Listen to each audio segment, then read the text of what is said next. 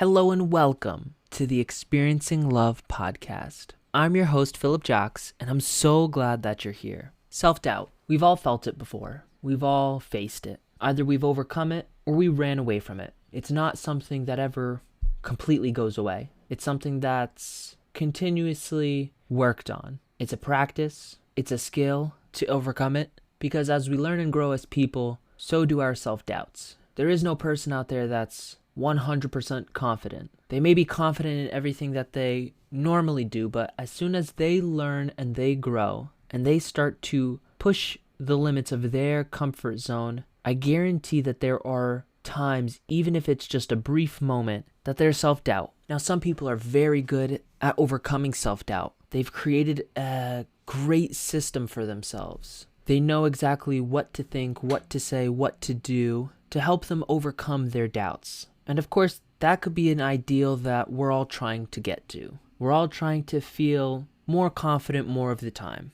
I'm not trying to reach perfection. I'm just trying to reach the next level, the next step. And I'm at a time in my life where self-doubt is high. Self-doubt is high because time is flying by and I don't have the results that I'm looking for. When I started this journey, I didn't expect for it to go fast. I just hoped it would. Hope and expectation are two different things. And so while I didn't have the expectation, only the hope, not having my hopes met is a little sad. It's a little disappointing. Nothing wrong with feeling a little bit of sadness and disappointment. It's just from that realm of sadness and disappointment that the self-doubt comes up. That sadness and that disappointment isn't the most comfortable emotion. It isn't the most enjoyable. And when you feel it for long enough, you start to ask yourself if whatever it is that you're doing is worth it. Now, if you have a strong resolve and you believe in what you're doing, you're going to stick with it through the self-doubt, through the sadness, through the disappointment. So if there's any win I'm celebrating, it's that.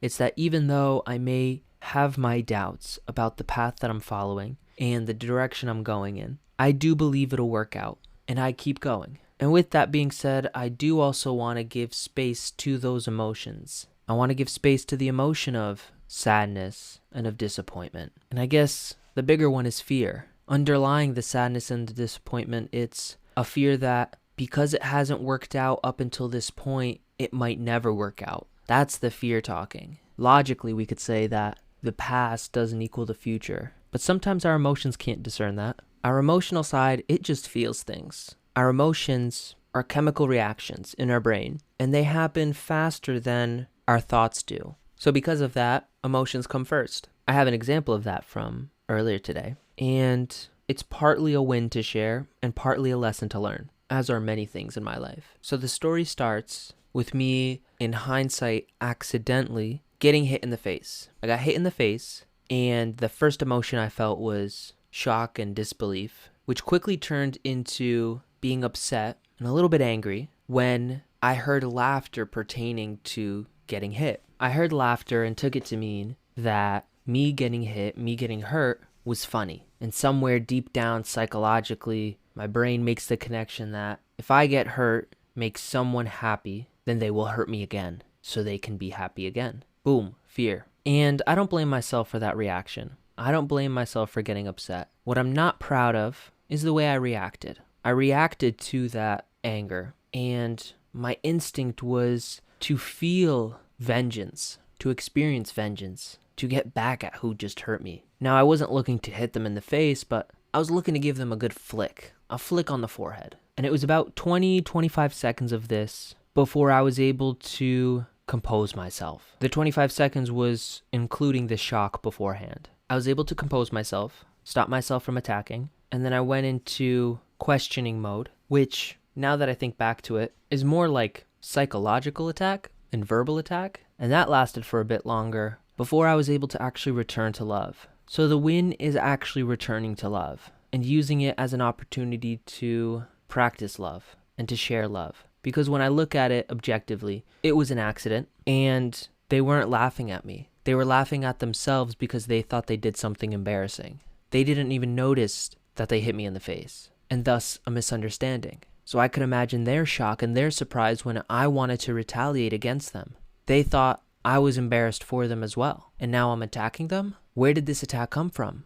And so what I had to do from a place of love was apologize for my part. I had to apologize for my misunderstanding. I had to apologize for wanting to attack. And most importantly, I had to apologize for acting out my aggression, acting out my anger. Because I never say that feeling an emotion is wrong, but acting it out, taking it out on other people, that's where you reach the air, is that it's not right. If you feel hurt and your instinct is to hurt other people, I get it. I understand. But that instinct does give you a choice of doing it or not doing it. If you don't do it, I congratulate you. And if you do it, if you choose to hurt someone else, well then understand that there's a lot of room for apology. I would go as far as to say it's needed. Because yes, an emotion's not wrong, but acting it out can be. Getting upset, getting angry, getting pissed, punching a wall, punching a bed, throwing items, scaring the people around you. You may not physically hurt someone, but your actions could still hurt someone emotionally, mentally. If you scare them,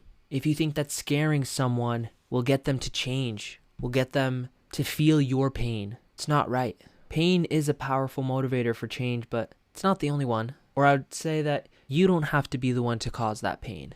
You don't. If there's anything I've learned is I could cause more pain on myself than most people can cause me. Now, most people could probably cause me more physical pain than I can to myself. But psychologically, I control this domain. I'm in charge in my head. And you could say a lot of mean things, a lot of harsh things, but at the end of the day, I could say the words that really hit, the ones that really hurt. You may get lucky every once in a while, but I can do it again and again and again because I can't run from myself. I know exactly what my pain points are and what hurts the most. And I know everybody has that capability. So I don't need to be another person in their life to hurt them. I don't want to be that. Because what's harder for some people to do is, instead of acting out fear, they act out of love. Some people think love is just an emotion, and it's only one of many, so they only feel it some of the time. I want to be an example in their lives that love is more than just an emotion, and you can act out of love as well. You can do it more often, so you could feel it more often. I'm still sorry that I reacted, and I want to do better. I'm looking to do better, so I'm always open to feedback. I look for it. Sometimes I get it, sometimes I don't. Sometimes people know exactly what they want me to work on, or sometimes they need time to think on it as well. Sometimes I have to remember that most people don't think the way I do. They don't have the level of introspection that I practice. I wasn't always like this. I'm 2-3 years in the making. And I know I still have so many years ahead of me, so I have so many years to continue practicing, continuing developing these skills. So I'm happy that I'm learning. I'm happy that I'm practicing. And I'm also happy for my self-doubt, because the more self-doubt I overcome, the more I prove to myself that I do have control over my thoughts, over my emotions. I prove to myself that I am capable, and that eventually I'll figure it out. Eventually, I'll get there, and I'm going to be all right. No matter how scary things get, I have to figure this out. I love you. If you haven't heard it recently, I love you. It's okay to be afraid. It's okay to be scared. It's okay to not know what's coming next. And it's okay to believe. It's okay to hope. It's okay to love. The more hope, the more belief that you feel will only pull you forward. You'll see what you're meant to see. You'll hear what you're meant to hear. You'll meet who you're meant to meet. You'll experience what you're meant to experience. Everything happens for a reason. You're meant to be here. You're where you're supposed to be. You're when you're supposed to be. And everything is exactly as it should be. I hope you have a calm and soothing day. Remember to always fill up with the love.